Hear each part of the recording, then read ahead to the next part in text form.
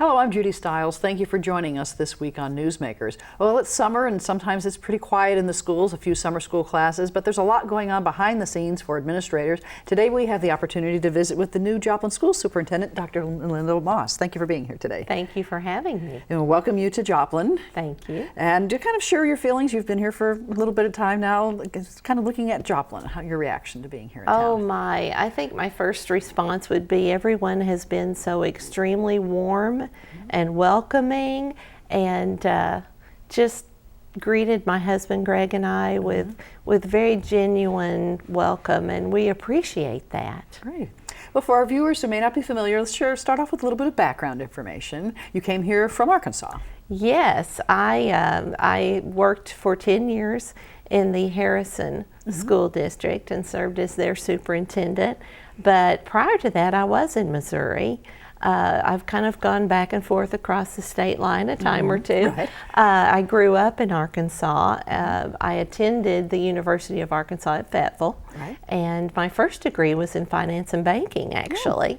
But I always, even through high school, had always said I wanted to be a teacher, and so was kind of geared toward the finance piece. My dad was kind of like, "Oh, honey, those teachers don't make enough money. You've got to get into business. they have to deal with unruly students. You don't want to be a teacher."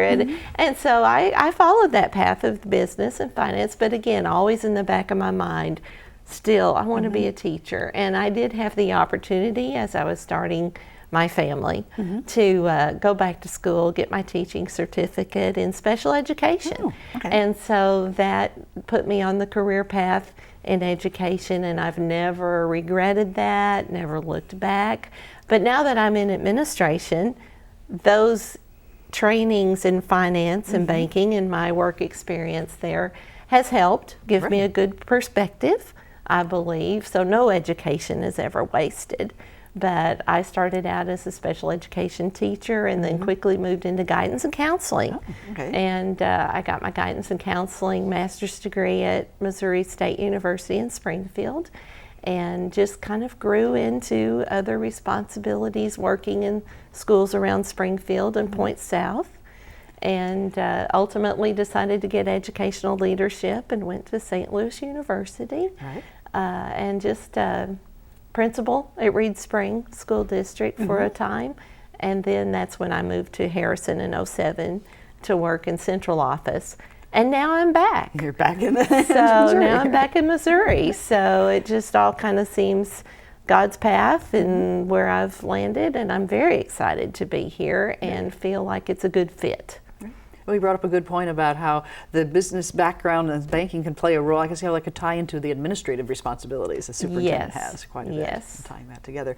When we talk about sometimes teachers having an influence, was there anyone who influenced you or really made you develop that love for education at an early age? Oh my goodness, yes. There were teachers all along the way. I remember Miss Helen, my first grade teacher, and how she would encourage me, and all the way through my K-12 years I was very involved in choir when I was in high school, and Mr. Street was very demanding, very high standards, but at the same time great passion for his students. And if I had to pick the one most formative piece of my high school, it might be Mr. Street, and then just encouragement from professors along the way. And I remember Shirley Hendricks in my guidance and counseling, and advisors I had at MSU, and it just goes right along. And that really illustrates one of the things I'm passionate about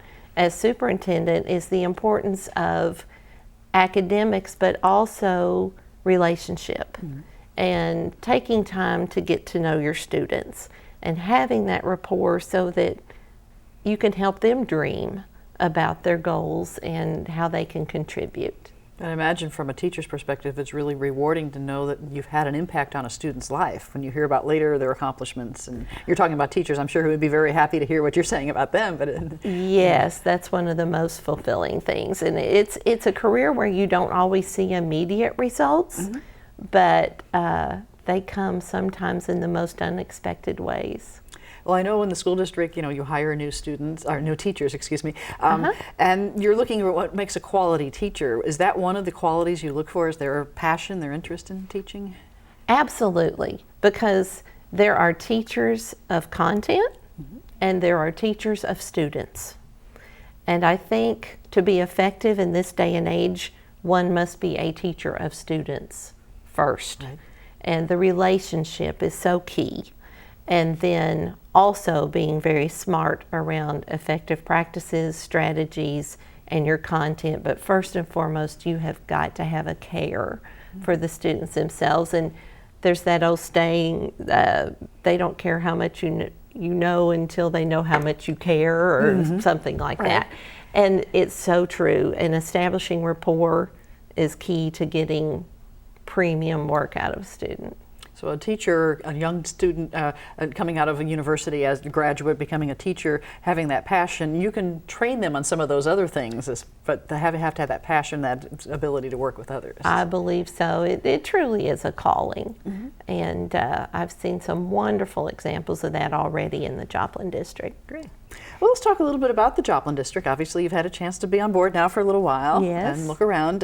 You're kind of taking over after an interim superintendent who got some groundwork started for you, Dr. Ritter. Yes, and I'm so thankful for that. I'm so pleased that the board saw fit to allowing me to come in April as opposed to the first day of July after Dr. Ritter had already departed, because this has really given us a time to collaborate together, talk together about the strategic planning process and the systems processes that he has brought to the district, and that everyone appears to be very bought into at this point, because my goal is to listen, to learn, and then continue that momentum, because I really feel like the district is in a school improvement continual cycle now. And so for me not to upset that and say, okay, that's done, now we're going to do this other thing. I have a new plan, let's try something else. We're not doing that. And to have that smooth transition and build on that success is such a blessing. And I'm so pleased that I was able to come early.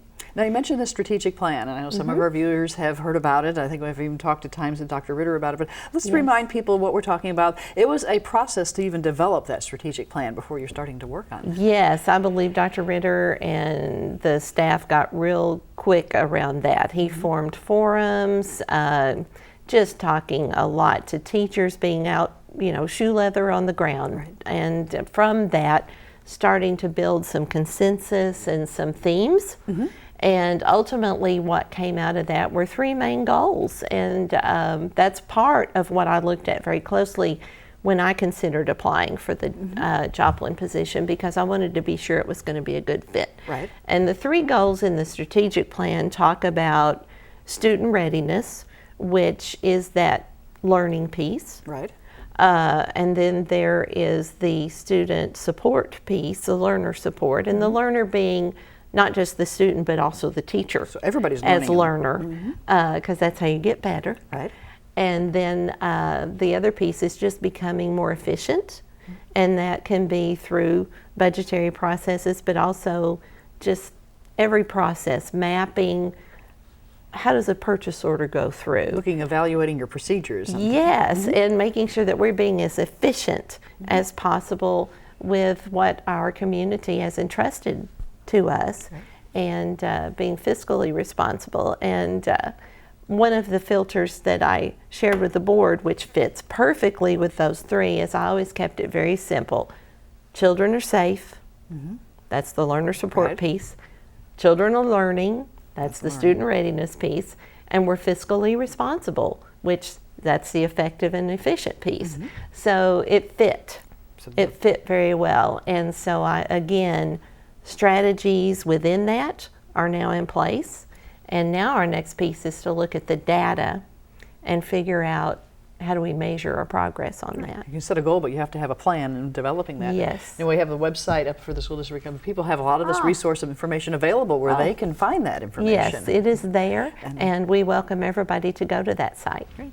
So that next step you're talking about, we have the strategic plan, but it's an evolving situation as well that you're assessing and evaluating as you go on. And I got to sit in on forums this spring where some of those key inputs were brought back to us. Let's review this. Does this still resonate with us? What do we like about it? Is there anything we want to change? And the feedback from the parent and the teacher forums and the school board itself was, we're still satisfied with this. This still fits with what we feel like we need to do.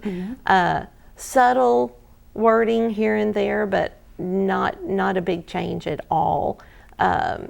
So we're very happy with it, and it's still a working document. And now we're looking at what data do we put there, what measurable objectives do we tie to that. Again, so now we can monitor our progress and just keep marching forward with that good plan. And of course, communication sounds like it's a big goal of that you have a plan, but you have to communicate that to the teachers, the people who are hands-on in the classroom who are trying to help the district reach these goals. Absolutely, and that communication has to be two-way. It's not just us telling the teachers, but it's also the teachers giving us that feedback, and we're listening to that. And then I would say, even beyond the teachers, the model that we are trying to put in place is that we listen very carefully to the students, and we're getting the student feedback as well, and we're communicating with that student to say, here's your data. This is where you are in terms of grade level expectations.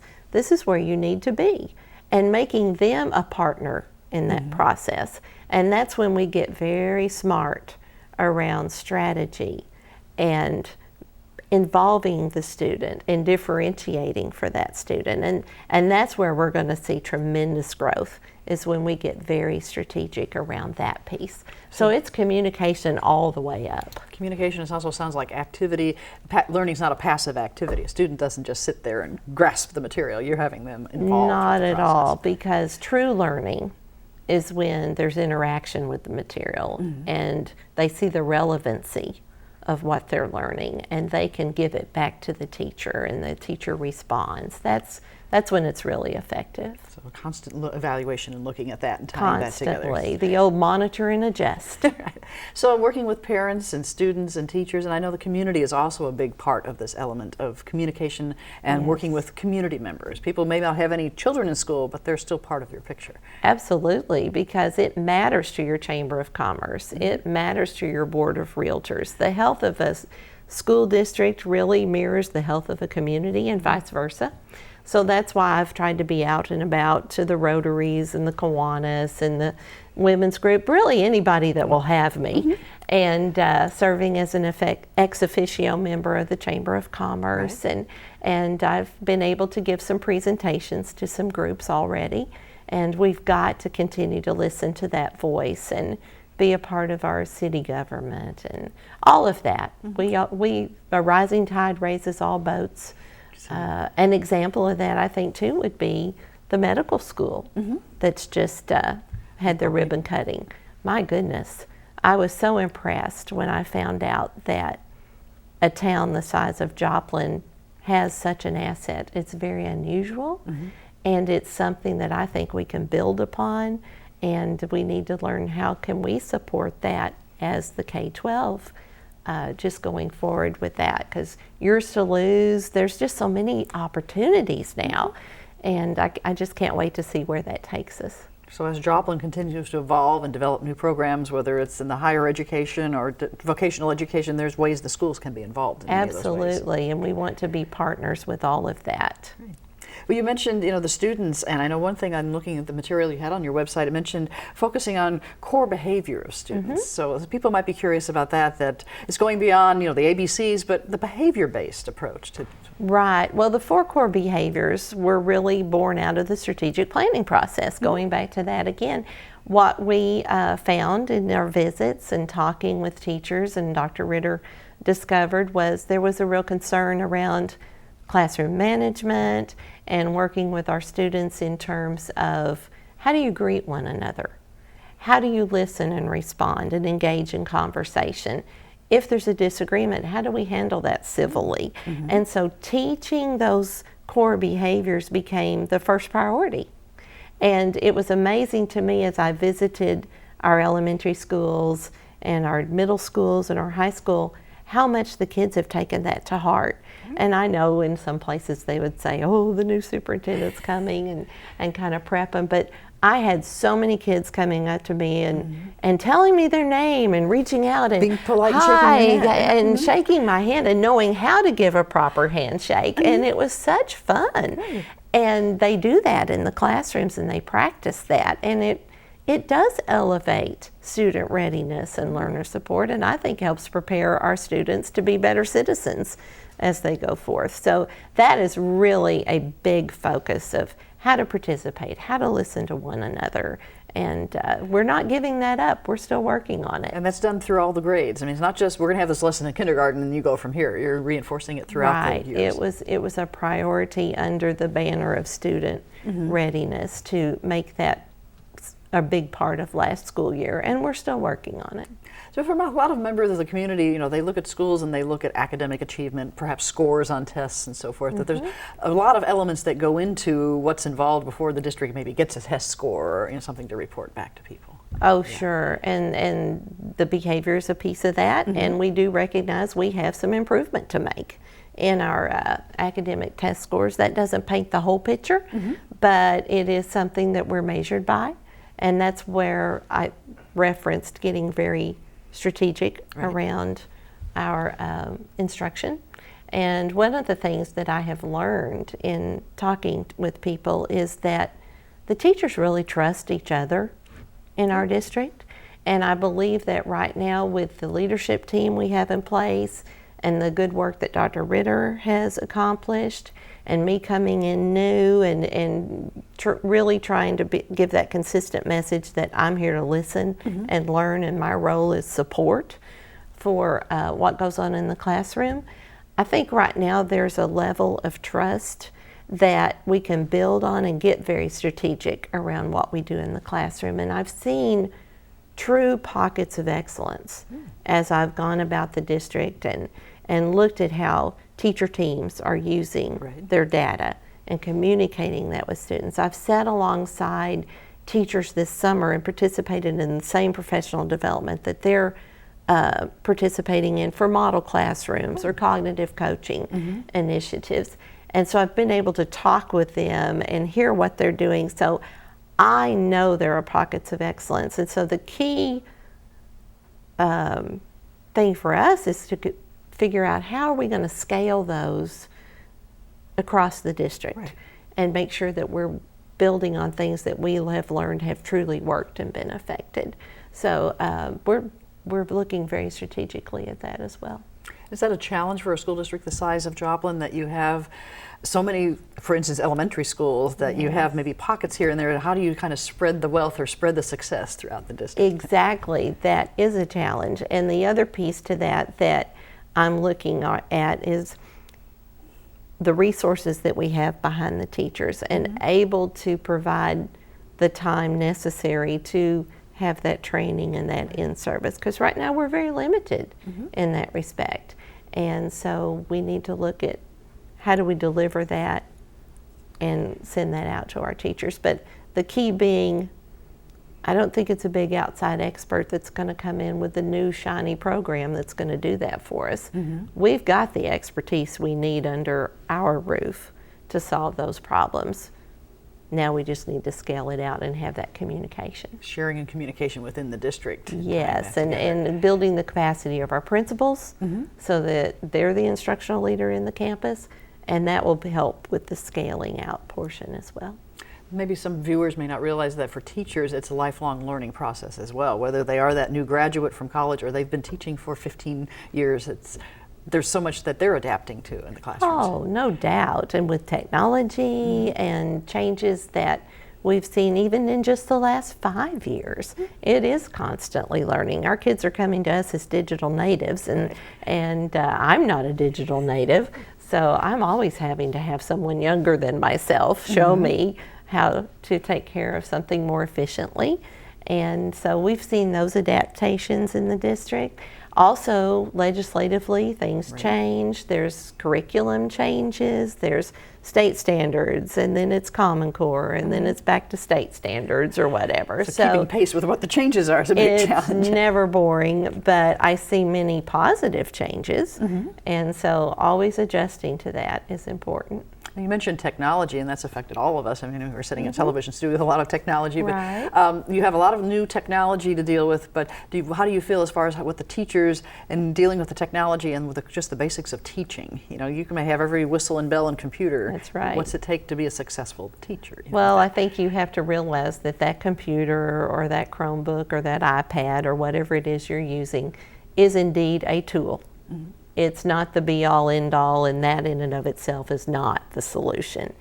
It's what are you doing with that item that's important, and how do you incorporate and integrate that into the project or the content or what you're wanting that student to be able to master. And I think we've been guilty at times of just putting a computer in someone's hand and saying, okay, now go forth and solve your problem. It's right there. But there does need to be a lot of in-service, a lot of practice, and it's a constant challenge.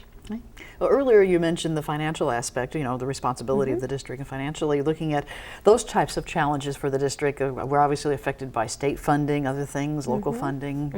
What are your feelings in terms of Joplin's stability on the financial side of things? Well, I'm pleased to report that the finances are stable. Paul Barr, who has been the district's business manager for years, he's always looking ahead and thinking of scenarios and projecting, and he's very conservative in those projections. And he knows a lot about the school business. And then he's retiring, but we're looking at continuing that expertise. But the fund balances are stable, and things that are yet to be paid, there is a plan for that, and that's all been planned for. So the finances are stable, and it's even in a time where Joplin's had, of course, the tornado and things have happened, lots of rebuilding, and so I'm very pleased to say that even in that chaos, the district was careful, and we enjoy a relatively low tax rate in the area, and they're really being as efficient with their responsibilities as they can at this point. Stewards of the public's money. I'm very hopeful in that respect as well. Now, looking to the future, you have some things coming up. I know a new child development center coming into this district. Tell me a little of your feelings about the impact of that, being able to have that service or that provided. Well, I think any time that we can expand opportunities for student readiness is good. And there is a greater and greater demand for quality preschool and opportunities. So with the facility that's being built out by Irving, we'll be able to do that. And I think it just enhances the student readiness piece and the quality of life in Joplin. Future plans looking down the road. I know you're in your communication with the school board, you work with other administrators. We have a strategic plan in place. What do you see for Joplin Schools 5 years from now down the road? Well, my vision for Joplin School District 5 years down the road is that we are the district of choice in the area, and that rather than test score performance kind of looking a little bit like a roller coaster and dependent on what cohort has moved through at each grade, I'm wanting to see that slow, steady trajectory that's just continuous improvement. And I believe we are primed to take off in that respect.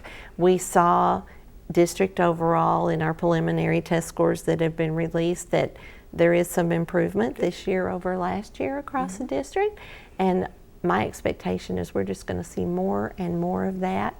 And then getting very smart with our community partners about what programs we're offering students. Are we maximizing our resources, thinking about the medical school coming in? I just think it's a very exciting time for MSSU, for the medical school, for Joplin schools, and how we can all come together to really be seen as a hub of scholastic opportunity. And that student readiness that you have throughout the system, when that person walks across the stage at graduation at Joplin High School, what would you like to have that graduate be able to say or leave the district with, knowing that they've completed their education in Joplin? Well, I think just confidence to go pursue whatever dream they want to pursue. I think giving our students a vision of the world of work and how to be successful and fulfilled, and that's the greatest goal, that career and college readiness. So the readiness as a student for continuing to the readiness for a career. Absolutely, and then having the persistence and the grit to carry that right on through into adulthood. Well, I know you've only been here for a few months, but it sounds like you've been keeping very busy. I have, but in a good way. I'm enjoying it. Great. And of course, school starts up in the fall. That's going to be an exciting time. The teachers getting back in the classroom, and you know, even as we're recording this program, teachers are doing workshops and so forth in the summer. It's not just I'm going to take 3 months off summer vacation. No, and summer school and things continue, and I can vouch for. I've got in-service on Thursday and Friday all day with a group of teachers, and it's going on all the curriculum planning. It's very busy. So what would be a point of pride if someone were to ask you, you know, you've been in Joplin for a while, you've seen the school district, what's the point of pride you have about Joplin schools? Oh, the point of pride, I hadn't really thought about singling the one thing. I just think it's the capacity of our teachers and the care and diligence I've seen and the true desire to do what's best for kids. That resonates throughout the district, and it came through loud and clear to me as I visited campuses my first few days here. I think the work ethic and the ethical behavior of our leadership team that we have in place, lots of strong rapport there, and it gives me a feeling of relief to know there's a lot of people much smarter than I that are helping me. So as an administrator, it's great to know you have a strong team you're working with. Yes. And it sounds like it is indeed a teamwork effort, that you're not leading the team is working together. I mean, yes, absolutely. And it's my challenge to know what all they're working on. Great. Well, Dr. Moss, I'd like to thank you for visiting with us today, sharing the time to visit and let the audience hear what you have to say. Oh, it's my pleasure. Thank you. You're welcome. And I'd like to thank the viewers for joining us this week on Newsmakers. I'm Judy Stiles. Hope you can join me again next week at the same time on this station. We'll see you then.